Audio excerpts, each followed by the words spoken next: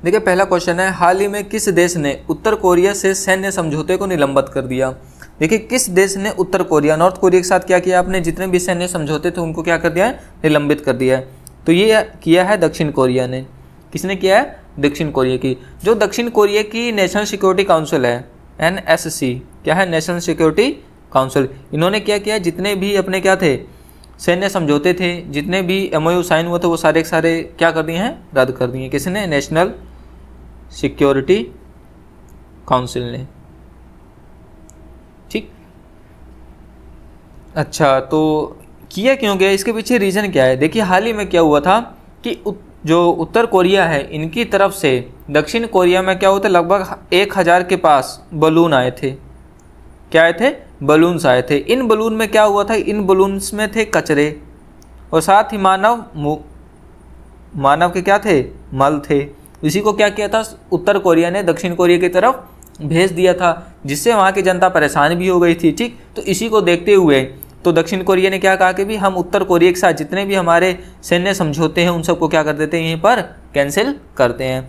तो अच्छा, इस जो सैन्य समझौता था इसमें था क्या, देखो इसमें ये था कि दोनों देशों के बीच जो तनाव है उसको क्या किया जाएगा, कम किया जाएगा।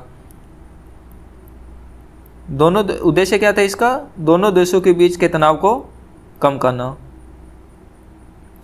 दोनों देशों के बीच के तनाव को कम करना, ये इनका क्या था, उद्देश्य था इस सैन्य समझौते को। कब किया गया था हस्ताक्षर, ये किया गया था 19 सितंबर 2018 को। हस्ताक्षर कब हुआ था, 19 सितंबर 2018 को इस पे क्या हुआ था, हस्ताक्षर हुए थे सैन्य समझौते के ऊपर। लेकिन अब ये सैन्य समझौता क्या हो गया है, कैंसिल हो गया है। अब चलते हैं क्वेश्चन नंबर 2 की ओर। देखिए किस मिशन के अंतर्गत 2047 तक भारत की सिविल सेवाओं में बदलाव लाना है। ठीक, भारत की सिविल सेवाओं में क्या लाना है, बदलाव लाना है। तो आपको यहाँ दिख रहा होगा मिशन कर्मयोगी से मोदी ने शुरू किया सिविल सेवा में सबसे बड़ा बदलाव। ठीक, क्या है, तो मिशन कर्मयोगी।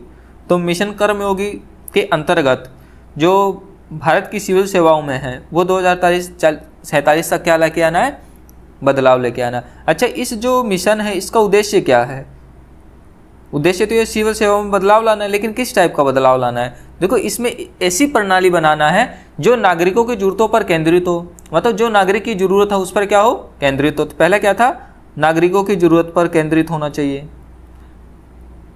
नागरिकों की जरूरत, जो भी जरूरत है उसकी तरफ क्या होनी चाहिए, केंद्रित होना चाहिए। और साथ ही साथ वो भविष्य के लिए तैयार भी हो, साथ ही साथ भविष्य के लिए क्या हो, तैयार, फ्यूचर के लिए तैयार होना चाहिए। कौन तैयार होना चाहिए, नागरिक। ठीक, और साथ ही साथ क्या करना है अभी, सरकार के सभी स्तरों को और अधिक कुशल बनाकर परिणामों पर केंद्रित हो। समझ में आया, मतलब जो सरकार के जितने भी स्तर हैं उनको और अधिक कुशल बनाना, सरकार के सभी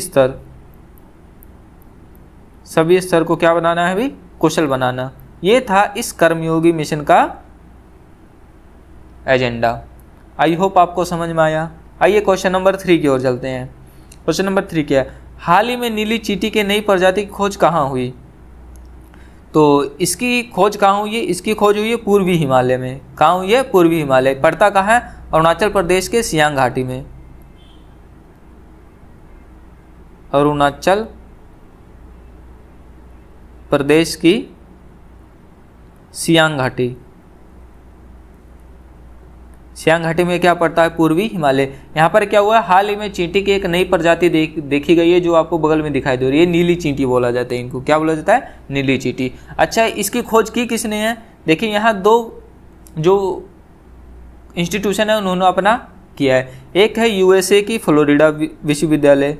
कौन सा, USA का फ्लोरिडा विश्वविद्यालय, फ्लोरिडा यूनिवर्सिटी। और इंडिया की तरफ से क्या है, जो बेंगलुरु में Ashoka trust for research in ecology and environmental है, उनके वैज्ञानिकों ने। और साथ ही साथ कौन थे इसके अंदर, एंड जो बेंगलुरु में Ashoka trust for research in ecology and environment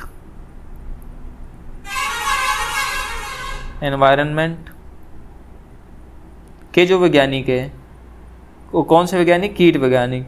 इन्होंने ये क्या किया है? नई प्रजाति को ढूंढा है। समझ में आया? तो इसमें क्वेश्चन क्या पूछ सकते हैं? हाल ही में नई चींटी की प्रजाति खोज कहाँ हुई? पूर्वी हिमालय।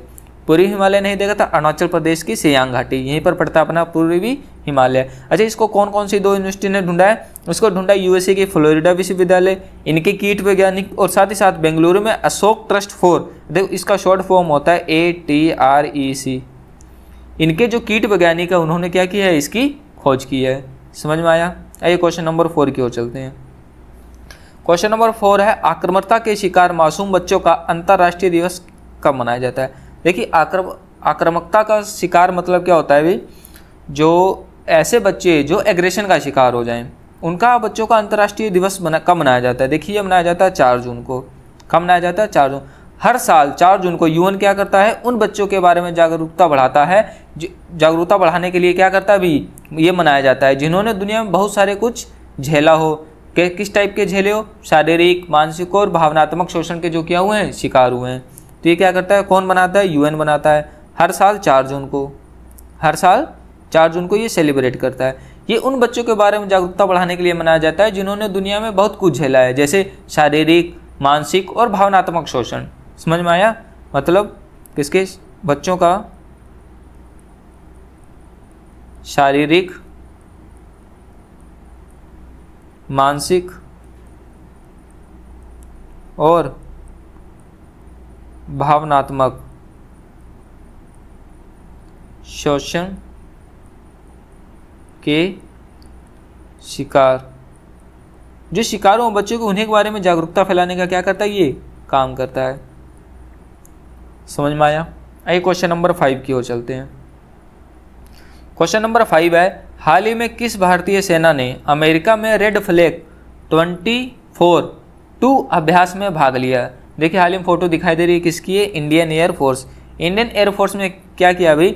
अब जो अमेरिका में रेड फ्लैग की क्या अभ्यास चल रहा है, उसमें क्या किया है? इंडियन एयरफोर्स में क्या लिया? भाग लिया, पार्टिसिपेट किया। ठीक। अच्छा, ये हो कहाँ रही है? ये यूएसए के जो अलास्का है वहाँ पर हो रही है। यूएसए के अलास्का में ये हो रही है। ठीक। कब से कब चलेगी? 2 वीक की क्या है ये एक्सरसाइज है, 2 वीक्स एक्सरसाइज। कब से कब तक चल रही है? 30 मई से शुरुआत हुई है और 14 जून तक ये चलेगी। 30 मई से 14 जून तक 2 वीक का है मतलब 2 सप्ताह का। अच्छा, इसमें इंडियन एयरफोर्स की तरफ से कौन कौन से विमान आए हैं? इसमें 8 तो राफेल आए हैं। 8 क्या है? अपने राफेल। ठीक। साथ ही साथ जो 3 क्या है? C-17 परिवहन विमान। ठीक। परिवहन विमान का मतलब जो ऐसे एयरफोर्स के विमान जो क्या करते हैं भी, जो एयर पायलट्स वगैरह को एक स्थान से दूसरे स्थान पर ले जाते हैं, सामान को एक स्थान से दूसरे स्थान पर लेके जाते हैं, ये इस टाइप के विमान क्या होते हैं? परिवहन विमान। और वो कौन से है? C-17। और साथ ही साथ 2 क्या है? IL-78 हवा में ईंधन भरने वाले विमान। ये क्या है? हवा में ईंधन भरने वाले विमान। इन सब की यहाँ पर क्या चल रही है? ट्रेनिंग चल रही है। और इसमें बहुत सी कंट्री के क्या किए हैं? एयरफोर्स के क्या किया? पार्टिसिपेट किए। तो आइए क्वेश्चन नंबर 6 की ओर। हाल ही में भारत को किस देश से सबसे अधिक FDI प्राप्त हुई है? देखिए, यह प्राप्त हुई है सिंगापुर से। किससे प्राप्त हुई है? सिंगापुर से। अच्छा, इसकी इन्फॉर्मेशन किसने दी है? सिंगापुर से प्राप्त हुई है, ये दी है DPIIT। ये है department for promotion of industry and internal trade. ये क्या है? Department for promotion of industry and internal trade. एक ये, और साथ ही साथ ये कि ministry of commerce and industry. Ministry of commerce and industry, इन दोनों ने मिलकर क्या किया, डाटा रिलीज किया। ये किसके अंडर आती है, गवर्नमेंट ऑफ इंडिया के अंडर आती है। ठीक, इन दोनों ने मिलकर डाटा रिलीज किया है कि अभी न्यूनतम आंकड़ों के अनुसार भारत को जो फाइनेंशियल ईयर 24 में है, जो सबसे ज़्यादा एफडीआई क्या होता है, फॉरेन डायरेक्ट इन्वेस्टमेंट, जो फॉरेन से अपने को इन्वेस्टमेंट आती है, डायरेक्ट इन्वेस्टमेंट आती है, वो सबसे ज़्यादा किस देश से आई है, वो आई है सिंगापुर से। समझ में आया। पहले नंबर पे सिंगापुर रहा, तो दूसरे नंबर पे कौन रहा, ये रहा है मॉरिशस। कौन रहा है, मॉरिशस। दूसरे नंबर पे अपना मॉरिशस रहा है। तीसरे नंबर पे कौन रहा है, यूएसए। तीसरे नंबर पे कौन रहा है, यूएसए। मतलब सिंगापुर के बाद कहाँ से आया है सबसे ज़्यादा एफडीआई, मॉरिशस से आया है, फिर उसके बाद यूएसए से आया है। समझ में। आइए सिंगापुर के बारे में थोड़ी जानकारी ले लेते हैं। तो जो सिंगापुर है, ठीक, इसकी कैपिटल क्या है, इसकी कैपिटल है सिंगापुर। देखिए सिंगापुर का जो रियल नेम है वो है रिपब्लिक सिंगापुर। ठीक, तो इसकी जो कैपिटल है वो क्या है, सिंगापुर। ठीक, यहाँ के पीएम कौन है, लॉरेंस वोंग। कौन है, लॉरेंस वोंग। ठीक, और यहाँ की करेंसी क्या है, सिंगापुर डॉलर। करेंसी क्या है यहाँ की, Singapore dollar. Singapore dollar, Singapore dollar यहाँ की क्या है, करेंसी है। तो चलिए क्वेश्चन नंबर 7 की ओर चलते हैं।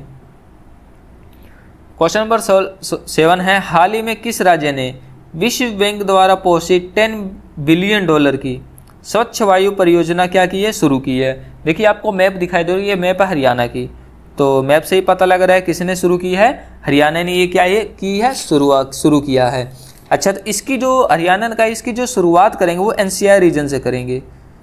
शुरुआत कहाँ से होगी भी, एनसीआर रीजन से। एनसीआर से क्या करेंगे, शुरुआत करेंगे। एनसीआर के जिलों से, जितने भी एनसीआर में जिले हैं वहाँ से क्या होगी, इसकी शुरुआत होगी, और फिर इसके बाद बाकी के जिलों में देखा जाएगा। और इसका लक्ष्य क्या है, इसका लक्ष्य क्या है, वायु प्रदूषण से सफलतापूर्वक निपटाना।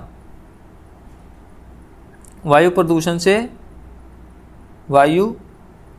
से सफलतापूर्वक निपटना, सफलतापूर्वक निपटना, ये है इस वित्त पोषित 10 बिलियन डॉलर का काम करना। ठीक, और ये साथ ही ये ध्यान रखना, ये 10 वर्षीय परियोजना है, 10 वर्षीय परियोजना है। ठीक, आइए अब क्वेश्चन नंबर 8 की ओर चलते हैं। क्वेश्चन नंबर 8 है, BFI किस संगठन का सदस्य बनने के लिए क्या हो गया, सहमत हुआ है। तो जो BFI है ये किसके लिए सहमत हुआ है, वर्ल्ड बॉक्सिंग के लिए। किसके सदस्य बनने के लिए सहमत हुआ है, वर्ल्ड बॉक्सिंग के लिए। अच्छा, ये पहले जान लो BFI है क्या, है ना, ये है the boxing federation of India. The boxing federation of India, ये है BFI की फुल फॉर्म। ठीक, तो इसी के सदस्य बनने के लिए ये क्या हो गया है, BFI सहमत हो गया है। अच्छा, जो वर्ल्ड बॉक्सिंग है इसके बारे में थोड़ी नॉलेज जान लो। ये लॉन्च कब हुआ था, इसको कब लॉन्च किया गया था, इसको लॉन्च किया गया था अप्रैल 2023 में। कब किया गया था, अप्रैल 2023 में इसको क्या किया गया था, लॉन्च किया गया था। अच्छा, इसका एम्स उद्देश्य क्या था, इसका उद्देश्य क्या था, boxing remains at the heart of Olympic movement. मतलब बॉक्सिंग को क्या रहना चाहिए, ये रहना चाहिए कहाँ, ओलंपिक मूवमेंट के हार्ट में। बॉक्सिंग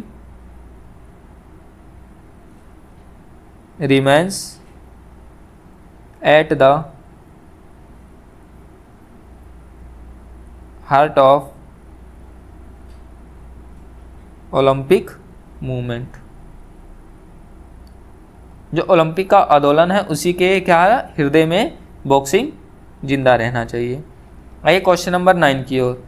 हाल ही में सेवानिवृत्त हुई संयुक्त राष्ट्र में भारत की पहली महिला स्थायी प्रतिनिधि का नाम क्या है। देखिए नाम है इनका रिचा कंबोज। इनका नाम क्या है, रुचिरा कंबोज। ये क्या हुई, हाल में संयुक्त राष्ट्र में भारत की पहली महिला स्थायी सदस्य थी, प्रतिनिधि थी। ये क्या हो गई है, यहाँ से सेवानिवृत्त मतलब रिटायरमेंट हो गई है। इन्होंने क्या किया, अभी 35 साल क्या की, अभी सर्विस दी है अपनी यूएन में। ठीक, ये क्या है, एक IAS ऑफिसर थी, ये 1987 बैच की क्या थी, IFS ऑफिसर, IFS ऑफिसर थी ये 1987 बैच की। ठीक, आइए क्वेश्चन नंबर 10, हाल ही में किसे गुडलेप्पा हल्लीकेरी पुरस्कार 2024 जीता, मतलब किसको ये पुरस्कार मिला है। देखिए मिला है सिद्धलिंगा पट्टाना शेट्टी, इन्होंने ये क्या किया, अभी पुरस्कार जीता है। अब ये कहा गया कि इनको ये पुरस्कार कब दिया जाएगा, 6 जून को दिया जाएगा। कब दिया जाएगा, 6 जून को ये दिया जाएगा इनको ये पुरस्कार। ठीक, इनमें होगा क्या, एक तो होगा 25,000 नगद, 25,000 कैश होगा, और साथ ही साथ एक स्मृति चिन्ह होगा, एक स्मृति चिन्ह, मतलब मेमोरिकल सिंबल एक दिया जाएगा। तो यहीं पर हमारे टॉप 10 करंट अफेयर क्या होते हैं, समाप्त होते हैं। अगर आपको क्लास अच्छी लगी है तो इस क्लास को लाइक करें, शेयर करें और चैनल को सब्सक्राइब करें। तब तक के लिए जय हिंद, जय भारत।